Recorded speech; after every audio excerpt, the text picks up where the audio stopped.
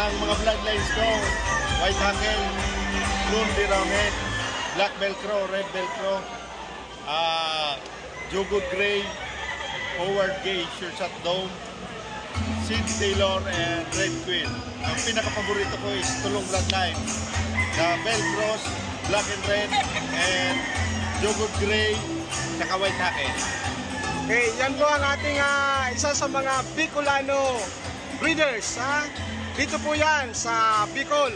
Idol, sabihin mo kung anong lugar ka. Ipagbalaki mo yung lugar mo. I am from Jubilar Albay. Proud to be Jubilareños. Yes.